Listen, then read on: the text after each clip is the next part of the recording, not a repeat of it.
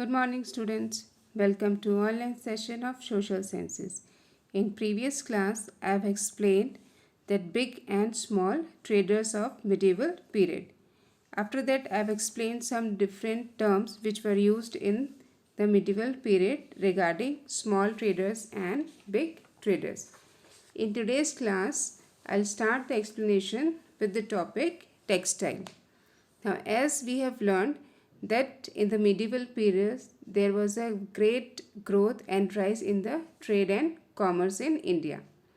Now, in this trade, the large scale industry were having a very important role in the society. In this large scale industry, we were having textiles and indigo. First, I will explain the textiles. Now, in the medieval period, under these textiles, many products were manufacturing at that time. Products like cotton, silk, carpets, velvets, satin were the major products. Now, there was a famous cotton, very fine cotton was there in the Dhaka, and that was having a great trade in India in the medieval period. Now, beside this textile making, there were many other activities also which were prevailing in the medieval period. First was dyeing. Dyeing means coloring of that clothes.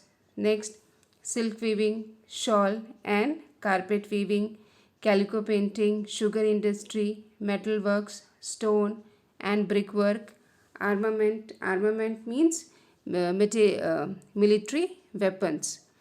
Then some paper industry, they all were coming in the large scale industry, and all this activity were prevailing in the medieval period. Now, in the last quarter of the 17th century, means that as 1 century is of 100 years, so last quarter means last 25 years of the 17th century, and British observer, he wrote regarding the trade and commerce of India.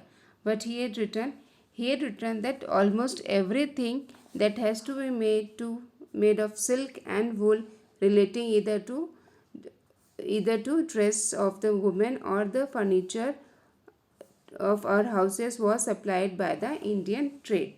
So this full sentence, this was said by one Britisher observer likewise, and according to him, it means that in the 17th century, whatever the product which were used by the people there, whether it was that dress of women or the furniture, they all were supplied by the Indian traders only, and all these products were going out from the India all over the world.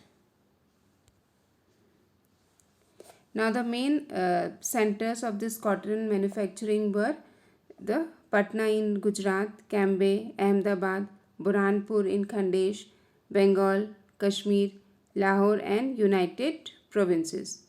Now, on that chronicle, that Abul Fazl, he have mentioned in his book that Akbar, as he was earlier very much interested in the architecture, later he also had the patronage to the textile industry, and beside this he have encouraged many different foreign artisans also. He called them here in India, and he was taking that work from them, and they have settled here in India only. Now, students, as you know that Indian society was divided into three classes: upper class, middle class and the lower class. So the upper class, he was enjoying all the products of silk and woolen textile. What was the reason behind that? Because all these silk and woolen textiles, they were expensive, and only that upper class or the wealthy class people can manage. So the middle class and the lower class, they were not able to afford this silk and woolen textiles. Next, we will understand about indigo. So indigo was another major industry, and it was found most suitable that produced in Sarkhej in Gujarat and Bayana near Agra. Now this indigo, they were used for the dye purpose, coloring of the cloth. Now what, when the foreign traders, they came India, they demanded a lot indigo, and this demand has increased the trade of indigo here in India. And this product in indigo, it has become the very important article or the product which was in trade of Indian and European trade.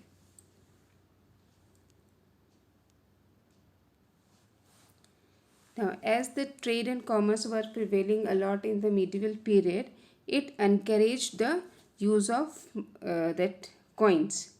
A lot money was indulged here in the trade and commerce, so that need of coins were there. Because of that, coins were minted and issued a lot.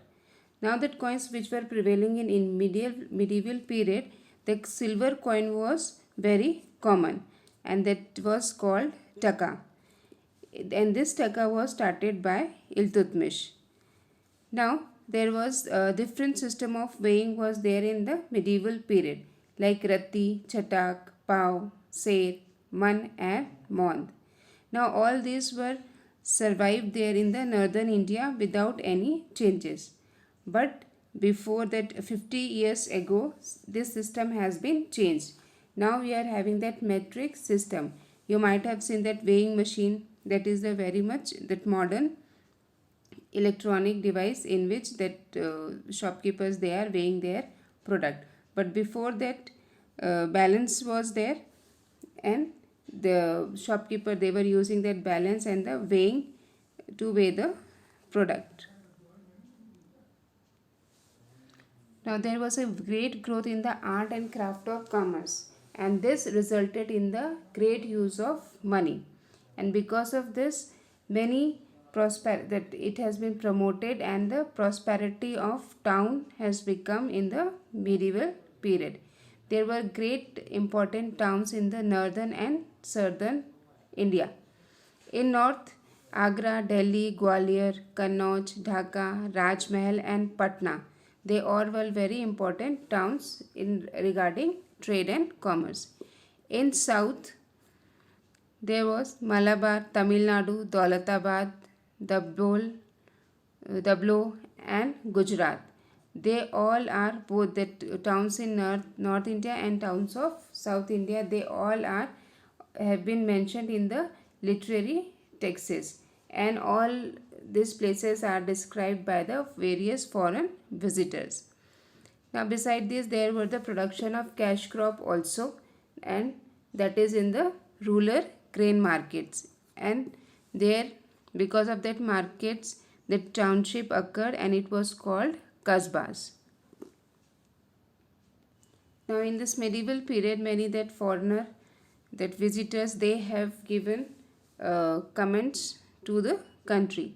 Now according to Raffle Fitch, when he came to India in the Mughal period, he said that Fatehpur Sikri and Agra, they were larger than the London at that time.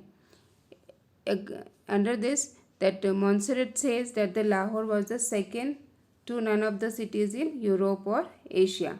Bernier says that the Agra was larger than Delhi. And at that time, Ahmedabad was also a very big manufacturing center. Multan, Dhaka, Burhanpur and Rajmahal, they were very large towns, and Patna, it was a very small town in the medieval period. Now there was a very rapid growth of towns and city in the medieval period, and that is because of the developed trade and commerce. The Mughals, they came outside from that India, and they settled here in India only, and they have given a great contribution in the area of art and architecture, handicrafts and literature. In the time of Mughal period only, the many towns, they grew very faster. So what was the reason behind the development of these towns in the Mughal period? First was that internal peace or security. As the Mughal in the Mughal empire, Mughal period, there was very systematic work was there, and internal peace was there, and everybody was having a security. So this led the development of town. Next is furnishing external and internal trade. So Mughal period, that Mughal emperors, they were very much interested in the trade and commerce also. So because of that reason, they have promoted external and internal trade both. There were 3,200 kasbahs. Kasbahs means small towns, and 120 big towns during the Akbar's reign.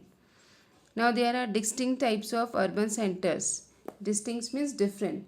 Different types of urban centers were identified in the Mughal period.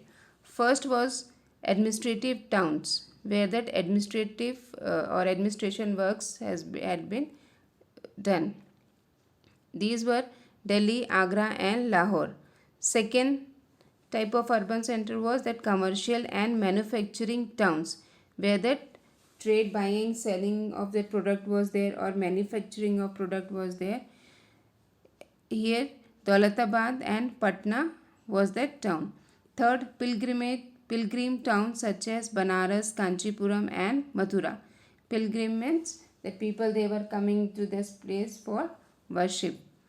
Fourth, towns known for their distinctive manufacturing technique or local commodity.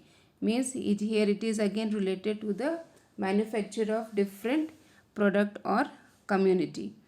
Here under this category falls Patna, Bayana, Khairabad.